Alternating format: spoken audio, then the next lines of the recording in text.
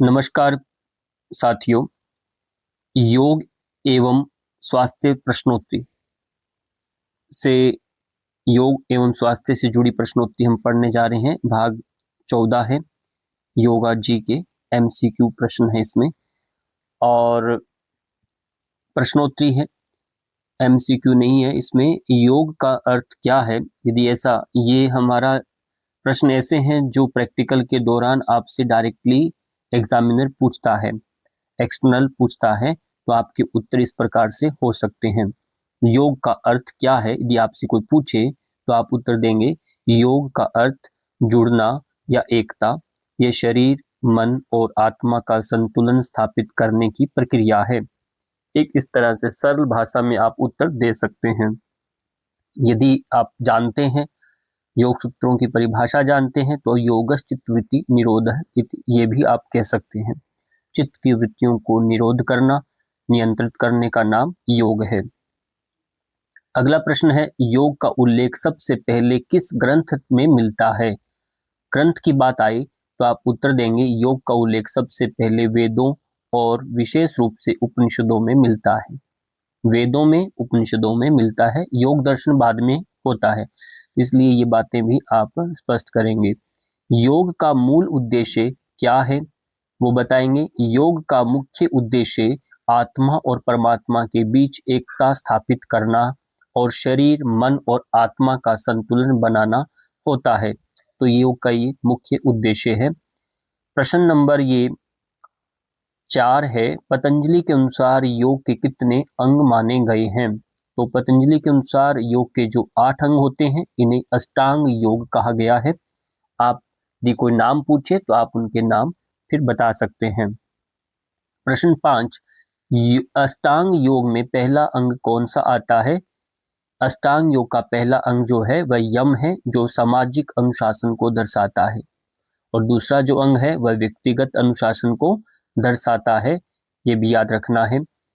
प्राणायाम का क्या अर्थ है? यदि ऐसा पूछे तो आप बताएंगे, प्राणायाम का अर्थ श्वास का नियंत्रित और गहरे तरीके से लेना और देना, यानी लेना और छोड़ना, ये रहता है। ये प्राणायाम का एक सामान्य अर्थ है। यदि महर्षि पतंजलि की बात करें तो वहां पर का तस्मिन् सति श्वास प्रश्वास योर गतिर्विच्छेदः प्राणायामः, ये डेफिनेशन वहां पर बताई गई है। ध्यान, मेडिटेशन से शरीर और मन को क्या लाभ मिलता है? ध्यान से मानसिक शांति मिलती है, एकाग्रता और तनाव में कमी आती है। ये मानसिक स्वास्थ्य को बेहतर करता है। ये ध्यान का प्रभाव है शरीर और मन के ऊपर। प्रश्न नंबर 8, हठ योग क्या है और इसका मुख्य उद्देश्य क्या है? हठ योग शारीरिक आसनों और प्राणायाम का अभ्यास है, जिसका उद्देश्य शरीर को मजबूत और लचीला बनाना है। ये हठ योग का मुख्य उद्देश्य है, ध्यान रखना है। और योगासन करने का सबसे उपयुक्त समय कौन सा होता है? योगा आसन करने का सबसे उपयुक्त समय सुबह है, जब वातावरण शुद्ध और मन शांत होता है। उस समय आपको योगासन का अभ्यास करना चाहिए।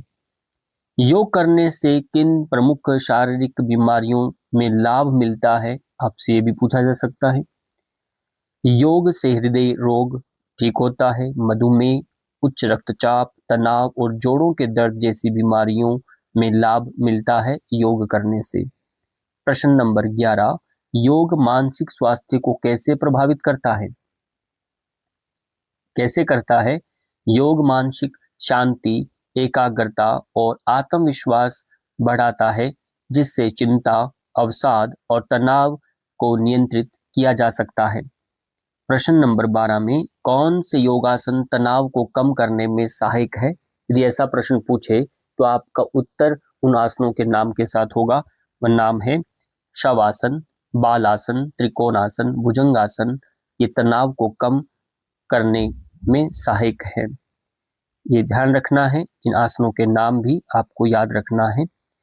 प्राणायाम के कौन कौन से प्रकार होते हैं? प्रमुख प्राणायाम के प्रकार अनुलोम विलोम, कपालभाति, भस्त्रिका, उज्जयी प्राणायाम। यदि हम बात करें महर्षि पतंजलि की, उन्होंने 3 प्रकार के प्राणायाम बताए हैं, पूरक, रेचक और कुंभक। और उसी के अंतर्गत ये बाकी के प्राणायाम बनते हैं। ये सब प्राणायाम हठ योग ग्रंथों में बताए गए हैं। कपालभाति प्राणायाम किसके लिए लाभदायक होता है? कपालभाति प्राणायाम जो है पाचन तंत्र को मजबूत करता है, तनाव को कम करता है, ये मानसिक स्पष्टता और ऊर्जा को बढ़ाता है। कपालभाति प्राणायाम विशेष रूप से कफ के रोगों को ठीक करता है, कफ नाशक है, कफ को ठीक करता है। शवासन का क्या महत्व है? शवासन शरीर को गहरे विश्राम की स्थिति में ले जाता है और मानसिक शांति प्रदान करता है। ये योग सत्र का समापन और शारीरिक आराम देने के लिए किया जाता है। जब आसन जब पूर्ण हो जाते हैं सेशन में, तो अंत में हम शवासन से पूरे सेशन को कंप्लीट करते हैं, ये भी याद रखना है। प्रश्न नंबर 16, कौन सा योगासन पाचन तंत्र को मजबूत करता है?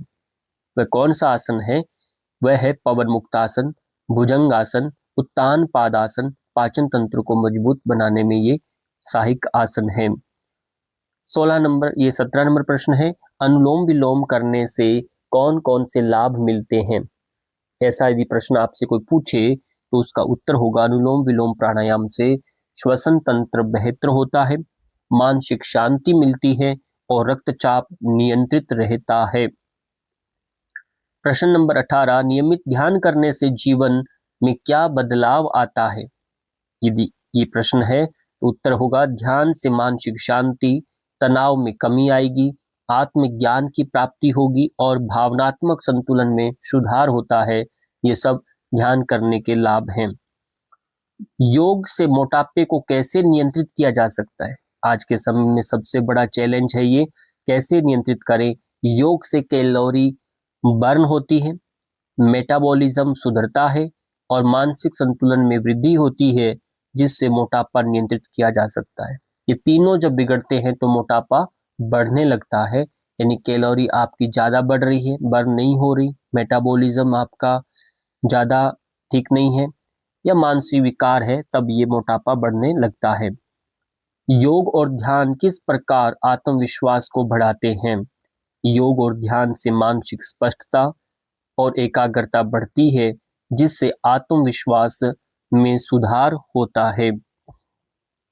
प्रश्न नंबर 21, योग आधुनिक जीवन शैली से उत्पन्न तनाव और बीमारियों को कैसे दूर करता है? योग मानसिक शांति और शारीरिक संतुलन प्रदान करता है, जिससे तनाव, चिंता और जीवन शैली से जुड़ी बीमारियों में राहत मिलती है। योग और व्यायाम में क्या अंतर है? योग शारीरिक, मानसिक और आध्यात्मिक संतुलन पर जोर देता है, जबकि व्यायाम मुख्य रूप से शारीरिक स्वास्थ्य पर केंद्रित होता है। ध्यान देना है इसमें योग और व्यायाम में अंतर। कौन सा योगासन श्वसन तंत्र को मजबूत बनाता है? भस्त्रिका प्राणायाम और उज्जयी प्राणायाम श्वसन तंत्र को मजबूत बनाते हैं। बच्चों और बुजुर्गों के लिए योग के क्या लाभ हैं? बच्चों के लिए योग उनकी मानसिक शांति, एकाग्रता और शारीरिक विकास को बढ़ाता है। बुजुर्गों के लिए ये जोड़ों के दर्द को कम करता है और लचीलापन बनाए रखता है, इससे वह तरुण बने रहते हैं। अंतिम प्रश्न है 25वां, योग को दिनचर्या में शामिल करने के लिए कौन कौन से आसान तरीके हैं? योग को दिनचर्या में शामिल करने के लिए प्रातः काल में सरल आसनों और प्राणायाम का अभ्यास करें और 10 से 15 मिनट ध्यान करें। योग कक्षाओं में भाग लेकर सही विधियों को सीख सकते हैं। इस तरह से ये योग एवं स्वास्थ्य से संबंधित आपने प्रश्नोत्तरी सुना, पढ़ा, आपको अच्छा लगा होगा तो कमेंट करके आपने जरूर बताना है। इस तरह से वीडियो आपको समय समय पर मिलती रहेगी। इसी के साथ आप सबका बहुत बहुत